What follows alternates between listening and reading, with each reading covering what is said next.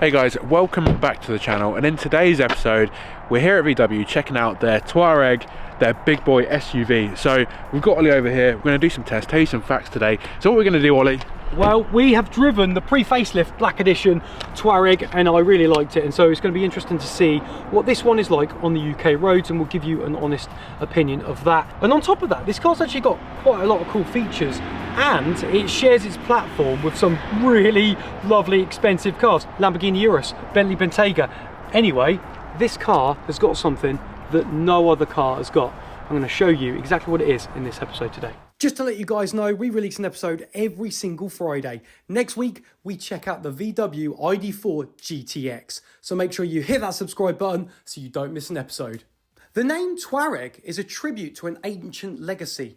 It draws inspiration from the Touareg people, a nomadic Berber tribe from the Sahara Desert. For centuries, the Touaregs have navigated some of the harshest terrains on Earth, and this references the VW Touareg's ability to go anywhere. Now, a lot of people, when driving a big SUV or looking to buy a big SUV like the Touareg, want to know what's it like when you're going along a dual carriageway, which is what we're doing now. It's raining and it's wet and it's cold today, and you know what, there's not too much road noise. It's actually quite peaceful and relaxing in here. I've got to say, the air suspension is working a treat.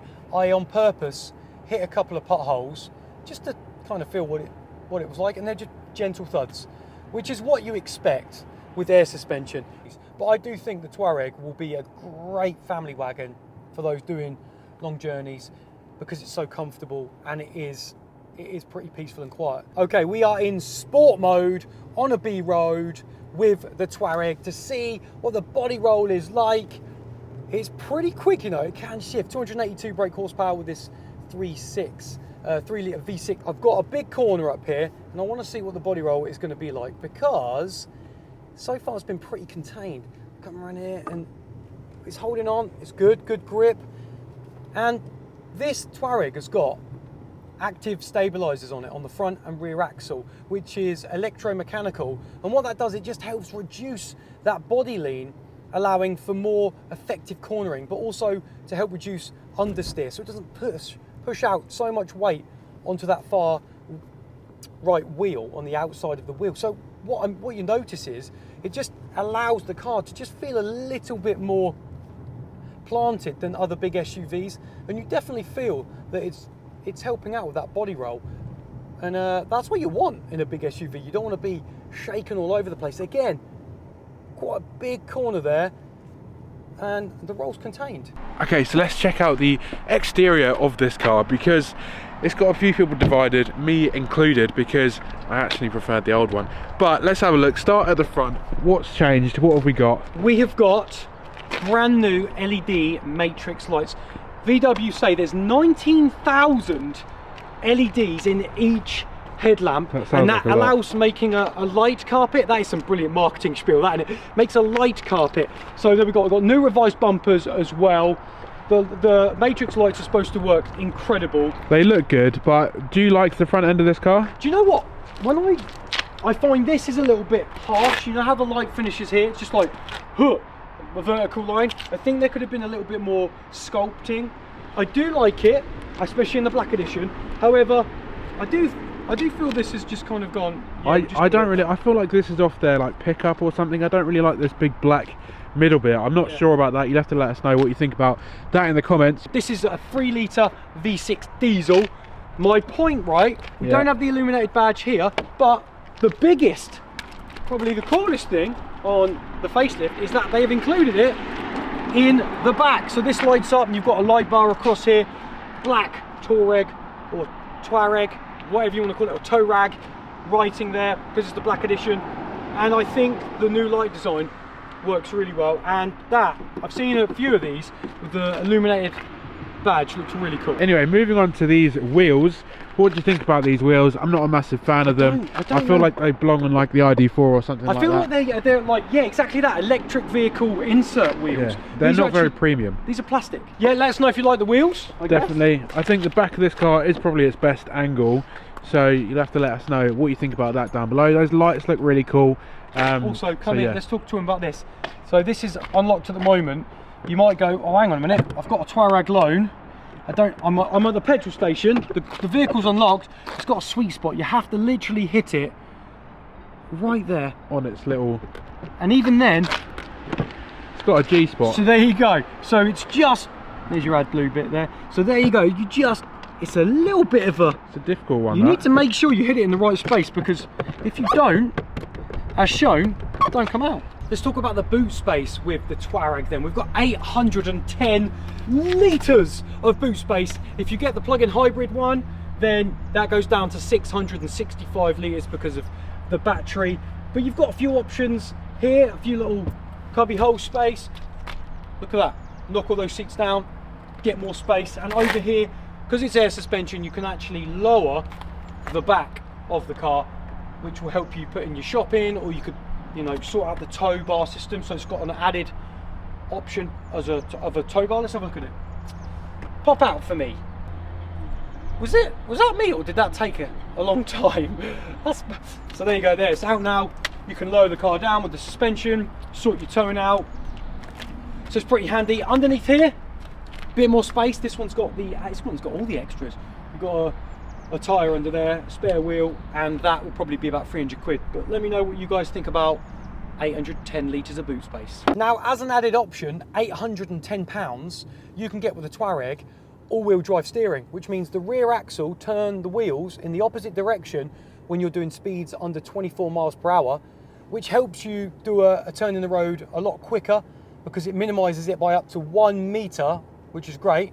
And then when you're going a little bit faster, it moves the wheels in the same direction, the rear wheels, to the same as the front wheels to help you with cornering.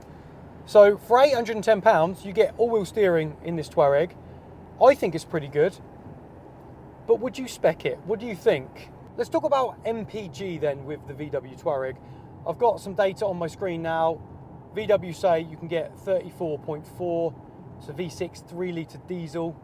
You've got to treat it kind to try and get that high MPG. But if I go through some of these stats at the moment, the most I'm seeing here is a 21.7 MPG for an hour-and-a-half journey doing 20-mile trip. That seems pretty long.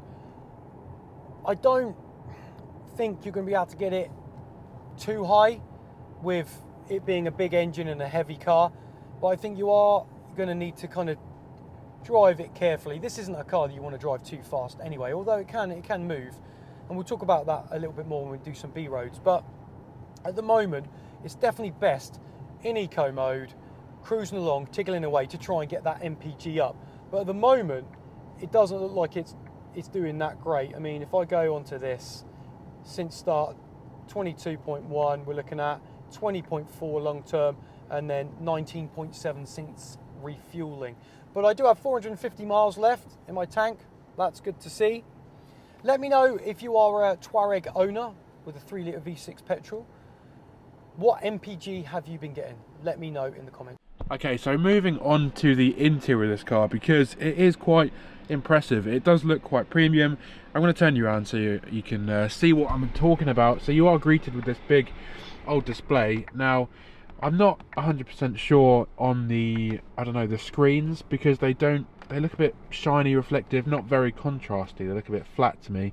So what do you think? Do you know what? I remember when I don't know, some people are new here, but we did a video a while back on the pre-facelift, and as soon as I got in, I was like, yes. Back then, just before 2023, we had a whopper of a 15-inch. We still have that, and with the DigiDash, except this now has been updated with the newest software. Let's check. Look, it is pretty responsive, and do you know what? It is clear and crisp. Test. So there you go. And the only thing is, we've got crappy buttons again, haptic feedback, and no separate climate controls. Let's have a look at these buttons. What is going on with that, VW? Where are my climate control buttons? Because this is a bit of a mess. So they've put shortcuts here, and I've been told that, say you've got your CarPlay on sat-nav and you hit the heated seat or the temperature controls, it gets rid of your sat-nav, and you're like, and it just shows this. So there is still a few faults, and the thing is, it's just a bit annoying because separate climate controls work, don't they? They do. Bring them back, because I'm not interested in this. So I don't want to spend 71 grand for no separate climate controls. But exactly. So I think the screens, they do look nice on a first impression, so I'll give them that. Moving on to the middle, you've got this little flappy net here, which I'm not sure what you could put in that. Two big old cup holders and a nice big cavity with a wireless phone charger, a USB port and a nice 12 volt here. So under there you've got some fans. This is a big knob here that Oi, what are you calling me?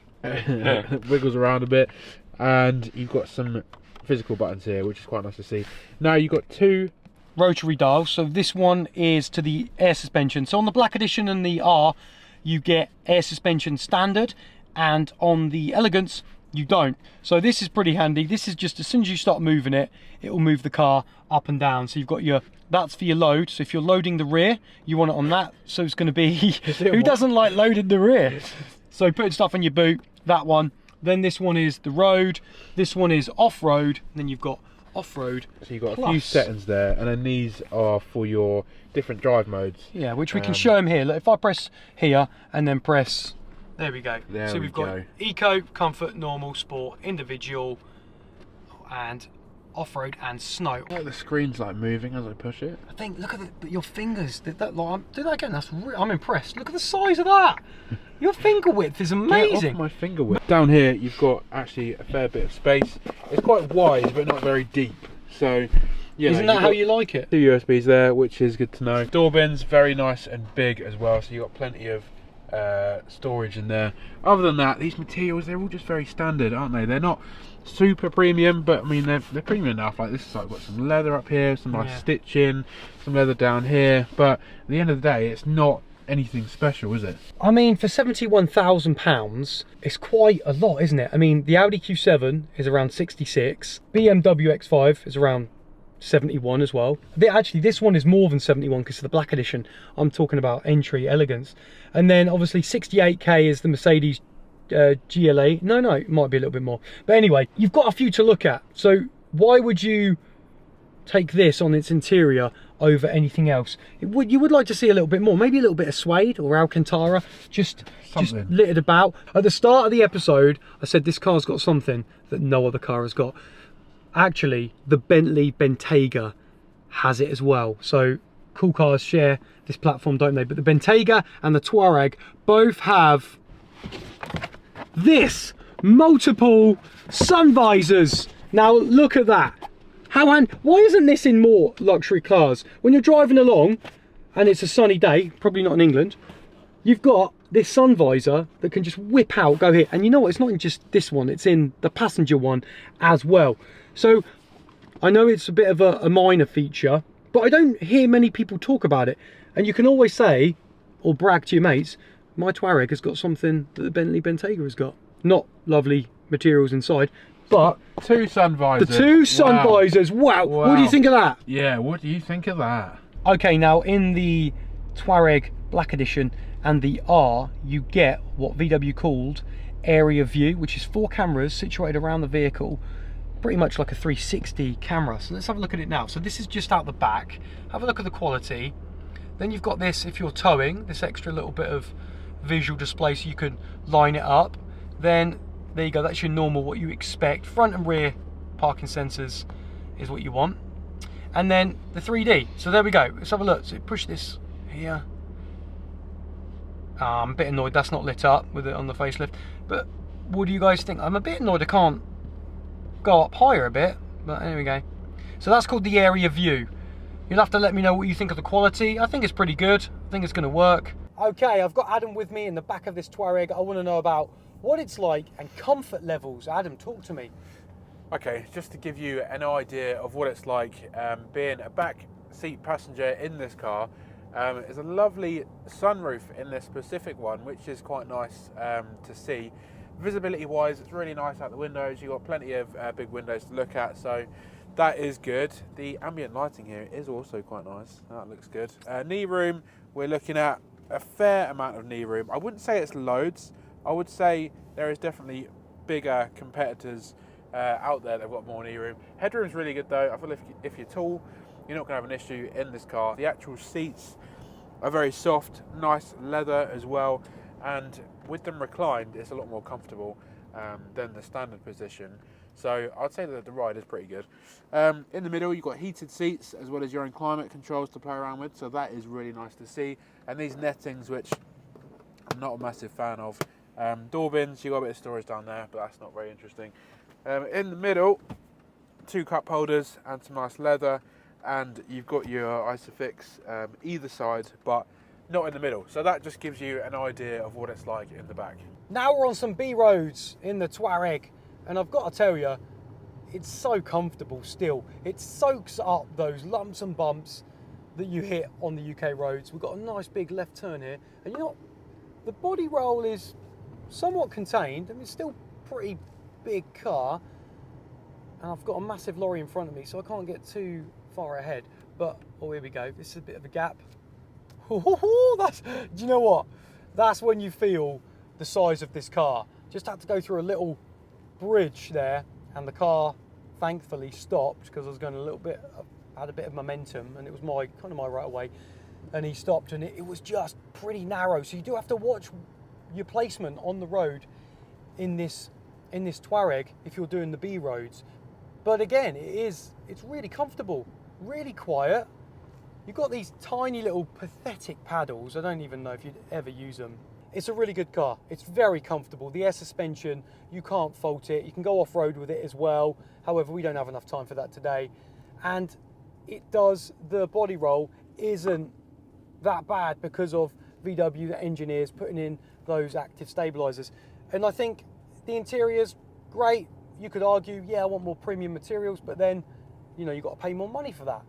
It shares its platform with all those other cool cars, Lamborghini Urus, Porsche Cayenne, you know, Audi Q7, Bentley Bentayga. It is a cool car. It's going to be, depending on your opinion on the looks, I think it looks pretty cool. It's very practical. It's got a massive boot. It's a big car. There are other competitors out there that we spoke about earlier. The X5, the Mercedes-Benz GLE. You might want the Audi Q7 and save yourself a bit of money with 7 seats, which this one doesn't have a 7-seat option. And I think this makes sense if you get the plug-in hybrid and you go for the elegance trim. I think that's where it makes sense. Very, very cool car. It's so comfortable, easy to drive. Also, all of them can tow 3,500 kilograms, which is the limit here in the UK. I've got to say, I've been really impressed with the 8-speed auto gearbox. Really smooth, you can hardly notice the changes. And then when you want to boot the car, you feel that kick down and it's pretty quick, and then you're off. So very smooth, really impressed with that. Now, a couple of things I guess I don't like. It's just really expensive.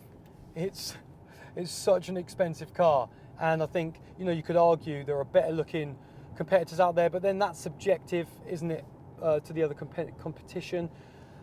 And one thing I did notice was when I did a turn in the road earlier using the all-wheel steering, it felt I was almost spinning on the spot. I got round it so quick. It was, because we talk about all-wheel steering, don't we? But then when you actually go, right, hang on, let's do it, and we'll do it a little bit in a minute to show you in the car park. And it was wicked. I was just like, whoa, that was a perfect turn in the road. And I had loads of space, and because this is such a big car, it just made me appreciate the all-wheel steering, going, this definitely could get you out of some tight spots. So actually, it probably is worth that £810. Just a quick one on wading, because this can do 580 millimeters in wading, which you might go, oh, cool, I can go through some water. But actually, I don't think that's that good, because if you look at the Range Rover alternatives, I think they can do just under a meter, like 900 millimeters. So if it is good off-roading capabilities, and then you do have to wade, you might have to kind of second guess yourself, because other cars can wade more. Okay, so that's been our episode on this VW Touareg. Now, what do we think of this car? I think it's obviously quite expensive. It's obviously VW's top car, their big SUV. Now, I don't know, what do you think? Do you prefer this car over the old one? Would you have one, yes or no? I think so. I think this car works if you go for the elegance trim, and online you could do that for 71k straight in with the plug-in hybrid. You're going to get good MPG. You don't need the black edition, you don't need the R. That's how I see this car working.